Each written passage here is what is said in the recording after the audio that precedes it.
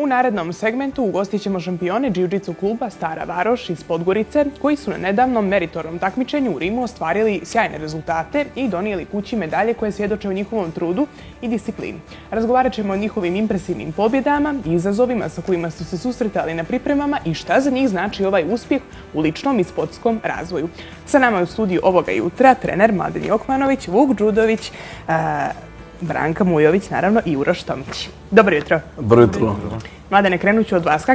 Kakve su impresije sa takmičenja? Šta je ovog puta doprinijelo da se donese ovoliko zlata kući?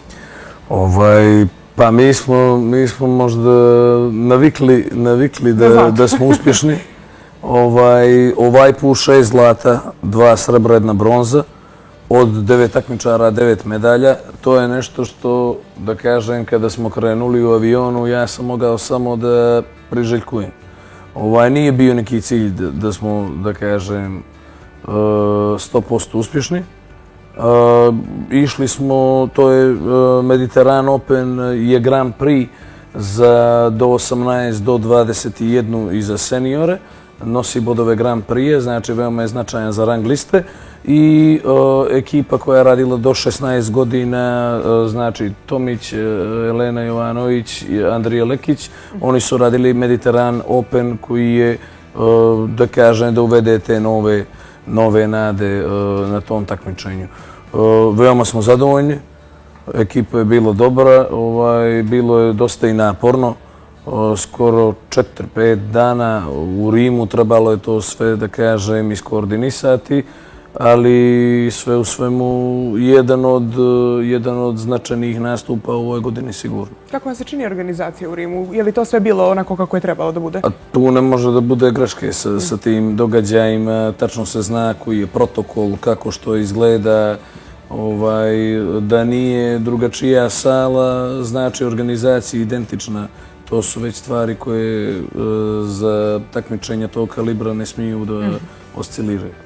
Jasno. Vuče, kakve su impresije sa takmičenjem? Ja sam prezadovoljan što se mene tiče i Rimom, i takmičenjem, i borcima, i baš je bilo to jedna sportska atmosfera kako i treba da bude. Što se mene tiče konkretno, ja sam imao 2 protivnika, jednog iz Grčke i jednog iz Turkmenistana. Dobio sam obje borbe gušenjem. Koji meč ti je teže pao? Pa sa Turkmenistancom, zato što on trenira već oko 20 godina sve ukupno, i judo, i jiu-jitsu, i MMA je trenirao također i ima dosta iskustva što se toga tiče. I onda mi je malo trebalo vremena dok sam otvorio igru, jer je od početka počeo da se štiti i da brani neke moje najbolje tehnike. Pretpostavljam da je vjerojatno istražio način na koji se ja borim. I onda mi je malo vremena trebalo dok sam otvorio cijelu tu igru, jer je on bio spreman od početka i znao je što ja pokušavam. Nakon 2 minuta kad sam uspio da neke finte sve provučem, onda sam uspio da ga otvorim, da ga bacim i da ga završim.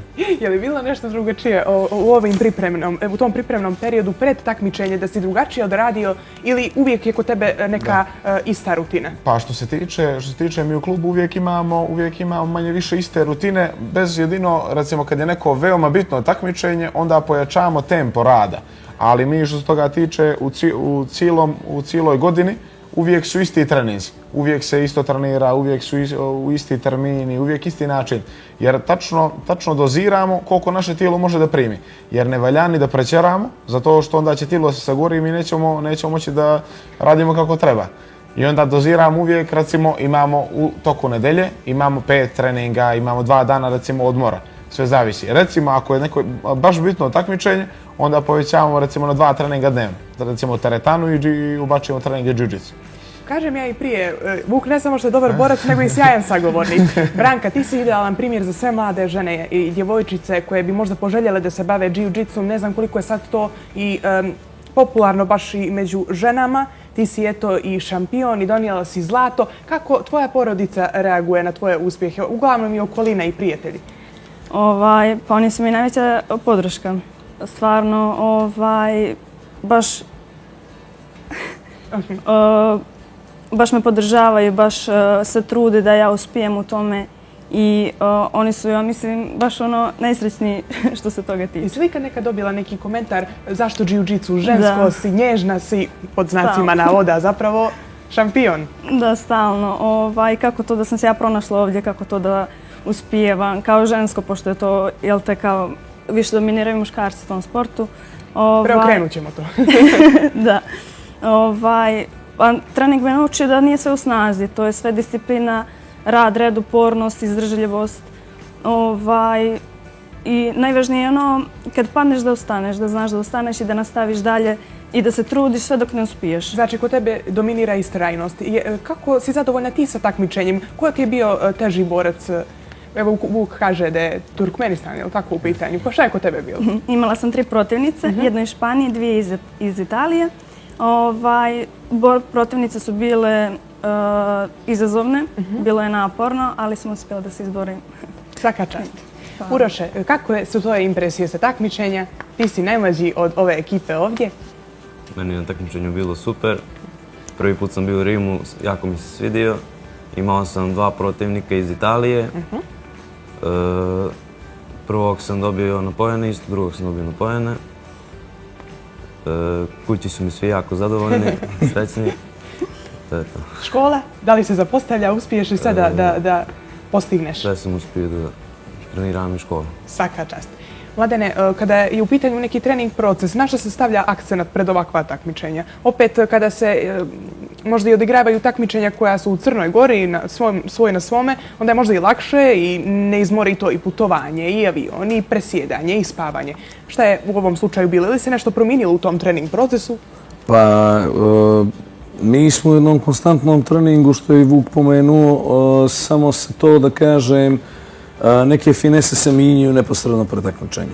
Konkretno za ovaj Grand Prix imali smo jedan plan, s obzirom da počinje sad jedan intenzivni dio priprema koji možemo reći da smo otvorili sa ovim takmičenjem. Ja volim da se oni spremaju kroz, da kažem, pravu simulaciju, odnosno kroz takmičenje. Ima ljudi koji imaju drugačije pristupe, rade zatvorenije, izoluju ekipu, ne daju takmičarima da nastupaju do tog nekog velikog takmičenja. Više sam od neke druge nauke da oni moraju da nastupaju. Mi smo prije ovoga imali već 2-3 nastupa koji su bili veoma uspješni.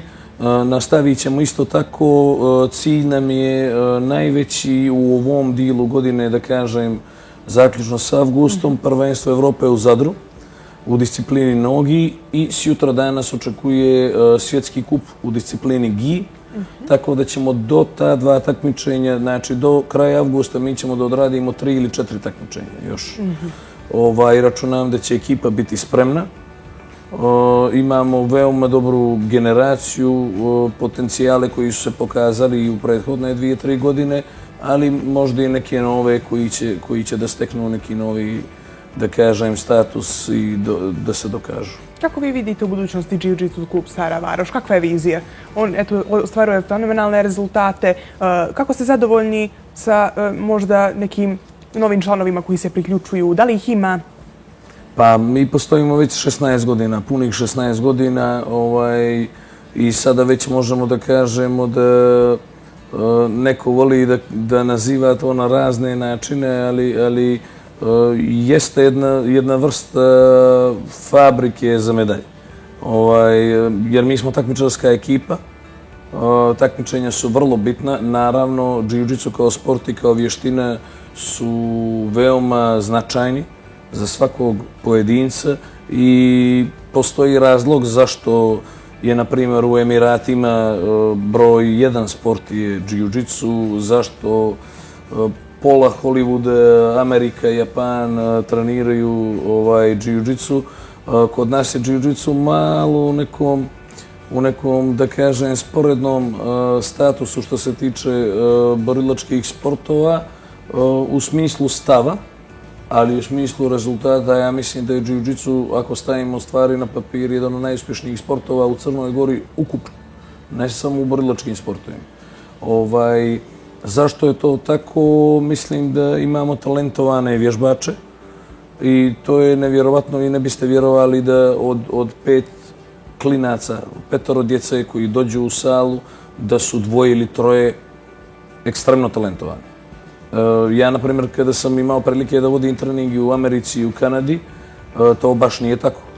To već ide na nekog 10, na nekog 1 od 15. Malo je drugačije kod nas.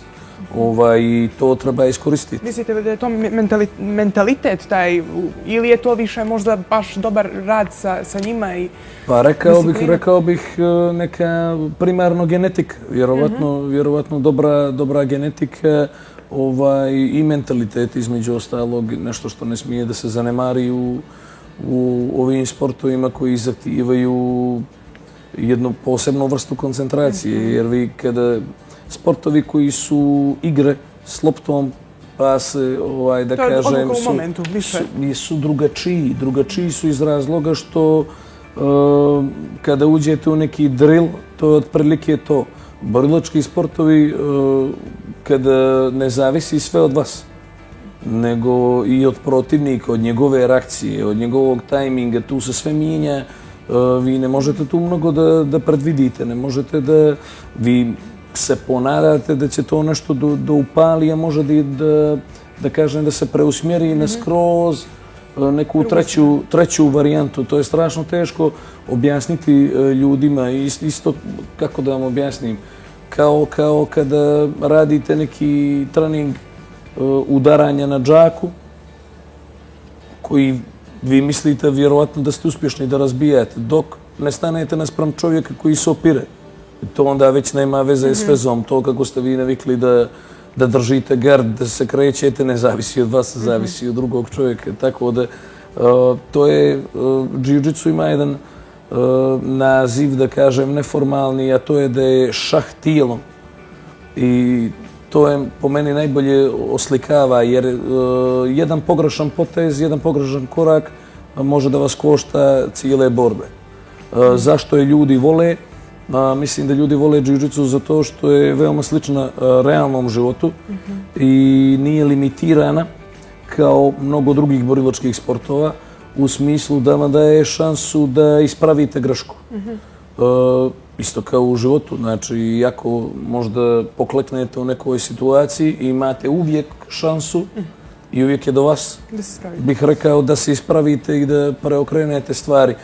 Tako i u jiu-jitsu vi u zadnjoj sekundi možete da preokrenete borbu. Vi možete da gubite cijeli meč i da preokrenete to. Dok, na primjer, neki drugi sportovi nemaju, da kažem, tu slobodu da vi, kako da vam to objasnim, da kažem, vaskrsnete u tom smislu. Znači, sloboda odluke otprilike nije možda ista kao što je u jiu-jitsu, jer nije važno da li gubite cijeli meč, u jednom momentu se sve može preokrenuti, ili tako? U jednom trenutku stvari možete promijeniti skroz, isto tako može bude fatalno i po nekog kog dominira cijelu borbu. Tako je, to mentalno uništi. Vuče, evo kao što je Mladen rekao, jiu-jitsu i jeste šah tijelom. Da li imaš ti neke posebne rituale, dnevne? Ti, eto, ko te poznaje van terena, si jako borbeni u životu. Da li ti tu borbenost nekako oslikavaš na terenu? Naravno, sigurno da, odnosno na podlozi za borbu. Koji su to neke dnevne rutine koje ti upražnjavaš? Što se tiče dnevnih rutina, nema tu ništa posebno. Uvijek se ustajemo što ranije, uvijek se trudimo da imamo što bolji kvalitet sna, jer nam je to najbitnije za oporavak. Jer treninzi koje radimo i jiu-jitsu kao sport je baš je naporan i baš utiče na tijelo i na tijelo se dosta troši. Da bismo mogli da se oporavimo, najbitnija stvar je prvo kvalitet sna. Druga stvar je dobra ishrana. Jer recimo sa ishranom koja nema dovoljnu količinu proteina, vi ne možete da imate adekvatan oporavak i tijelo ne može se oporaviti kako treba. Samim tim i nastupima bio mnogo gori. Treća stvar je, mi uvijek treninge održavamo i imamo određeni način rada, u smislu da se rade treninzi, prvo počinje zagrijavanje koji uvijek traje oko 30 minuta, 30 do 45 minuta, koje je po meni i najbitniji dio treninga, zato što mi samim zagrijavanjem izbjegavamo povrede, koje, pošto recimo ja sam fizioterapeut i znam, sportisti najčešće vrijeme kad sportisti dobiju povredu, to jeste kad se nisu dobro zagrijali. To je zašto je zagrijavanje najbitnije po meni.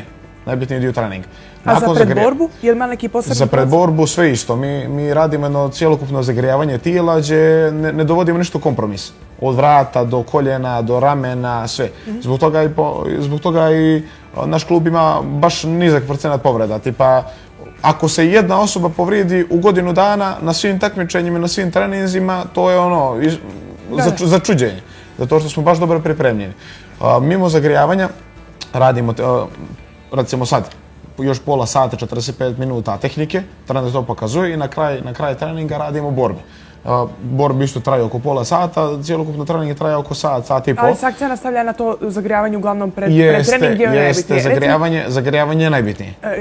Ti si negdje rekao, možda nekom prethodnom gostovanju, da ti vrlo malu dozu straha, zapravo možda ni 1% straha ne osjećaš pred ulazak. Je li to istina? Uvijek postoji ta neka doza straha i sumnje, ali uvijek smo mnogo dobro pripremljeni i ta mentalna priprema, trener nas uvijek priprema da nismo samo da izađemo na borbu, nego recimo ja konkretno, u mom slučaju, ja svakog protivnika koji mi dolazi, ja radim detaljno ispitu analizu.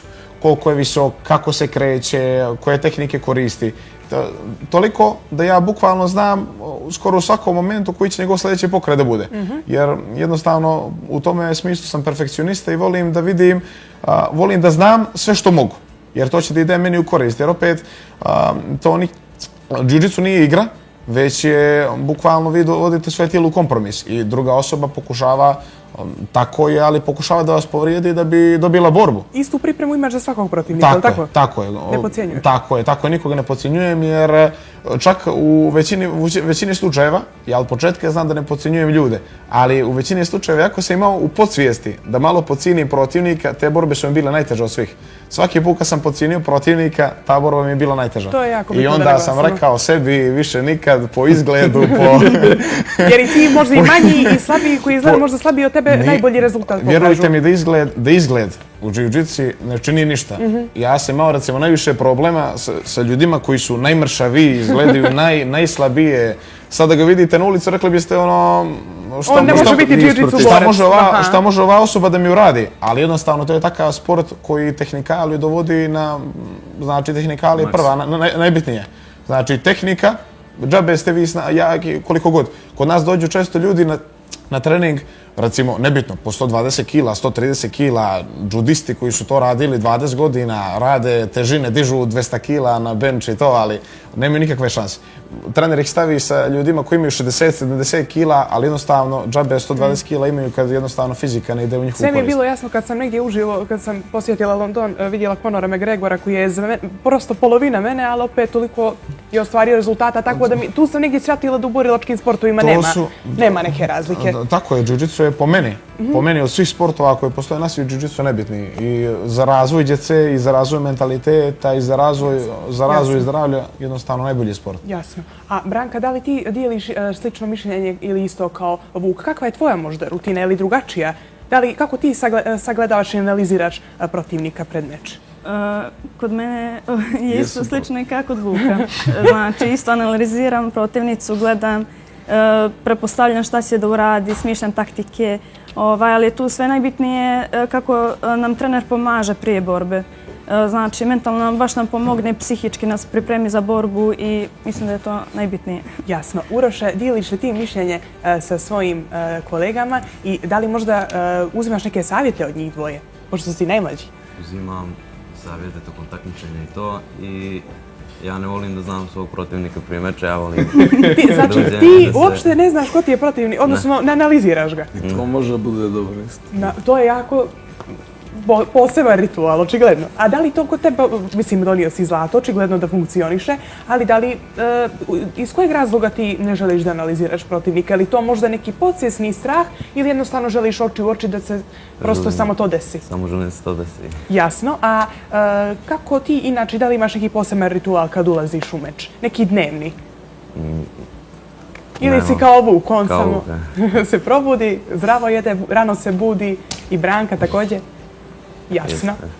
Mladene, eto, rekla bih da jiu-jitsu kao sport toliko i njih kao mlade osobe spremi i za cjelokupan život, i nekako njima usadi odmah i od malena da trebaju da imaju neke zdrave životne navike. Stoga, da li i to gledate iz te neke perspektive? Naravno, pa taj termin lifestyle se često vezuje upravo za jiu-jitsu u smislu, postoji ta fraza postoje sportovi i postoje načini života. Oni moraju stvarno da žive ovaj sport. Što ja njima kažem, kada neko dođe sa mnogo pitanja i novije, ja mu kažem, to je jedna fraza koju često koristim, da neće držati čašu na isti način za 3 mjeseca. I to je stvarno tako. Ljudi se drastično mijenjaju i davno sam rekao i uvijek se pokajem što ne krenem to da radim, da pravim slike ljudi pri upisu i nakon nekih pola godine ili godinu vi ne biste vjerovali kakve su to transformacije u smislu i pogleda i ponašanja i izgleda a što se tiče ličnosti, mislim da ništa ne može da izbrusi ličnost i karakter kao borilački sport. Jasno. Jer tu Mladen, nema... ja te moram prekinuti da i zamolim režiju, ako nisu do sada pustili pokrivalice s takmičenja, također njih da vidimo. Da, naravno. Apsolutno, ali oni će ih pustiti, ja mislim da će oni i teći taman da ih vidimo, pa možete i da prokomentarišete. Ali sve u svemu, da se nadovežemo, vi znači pravite slike prije i nakon neke faze treniranja. Ja imao sam neku objavu, kad neko osvoji baš značajnu medalju nakon 2-3 godine, izbačim mu sliku neku malu, nađem kad smo ga slikali prvi put i kako to sve izgleda na podijumu sa medaljom, to su transformacije stravične. To je zaista, to mi je sad žao što nam niste poslali možda da i pokažemo. Napravit ćemo nešto, trebao bi neko ko je vičan malo vještiji od mene da sjedne sa mnom, da napravimo možda ovoj ekipi takmičara neke takve, bilo bi interesantno. Kakve su kakve su vam naredne ambicije u narednom periodu? Da li ćete nastaviti sa jakim pripremama, sad slidi i takmičenja koje je Mladen pomenuo na početku, sad u Zadru, je li tako? I kasnije, dan posle... Također Zadar, samo što je sutradan svetski kup u drugoj disciplini. Jiu-jitsu ima više disciplina. Da li ste već krenuli sa nekim mentalnim pripremama ili... Jesmo. Što se tiče toga, što ja radim konkretno u mom slučaju, ja se nekako distanciram od rezultata. I uvijek gledam, recimo, ne gledam sad rezultat kao rezultat, medalju kao medalju, nego gledam kako da dobijem sljedećeg protivnika. Recimo, vidimo ko nas je prijavio u kategoriji, istražimo kakav je ko. I ako, recimo, neki borac koji nije previše uspješan, ako nije previše opasan, to detaljisanje ne mora da bude previše veliko. Ali recimo, ako je mnogo dobar borac i ako znate da će da se bori veoma jako, bitno da ga istražimo veoma dobro. Spomenuli ste koji nam je cilj, recimo, za ovu godinu. Po meni, najbitniji cilj za ovu godinu je u novembru će da bude svjetsko prvenstvo na Tajlandu. Svi ciljamo, da dobijemo medalju. Prošli put smo se smijali u studiju kad sam rekao da ću da osvojim medalju na svjetskom prvenstvu i na evropskom. I to je bilo nekako nerealno. Ali sam osvojio i na evropsko i na svetsko, tako da se nadamo, doduše ispod 21 godinu, nadamo se u novembru, to će da bude seniorsko takmičenje na Tajlandu, nadamo se da ću da osvojim svetsku medalju. Je li to bronza, srebro ili zlato, ne znamo, ali ja uvijek ciljam za zlato. I mi računamo da ćeš osvojiti zlato jer svakog puta nas još više obraduješ kao i Branka i Uroš. Vama hvala, nažalost nemamo više vremena, ali se nadam da ćemo imati prilike i nakon Zadra da razgovaramo. Vama želim svu sreću i puno vam hvala što ste bili moji sagovornici. Hvala puno.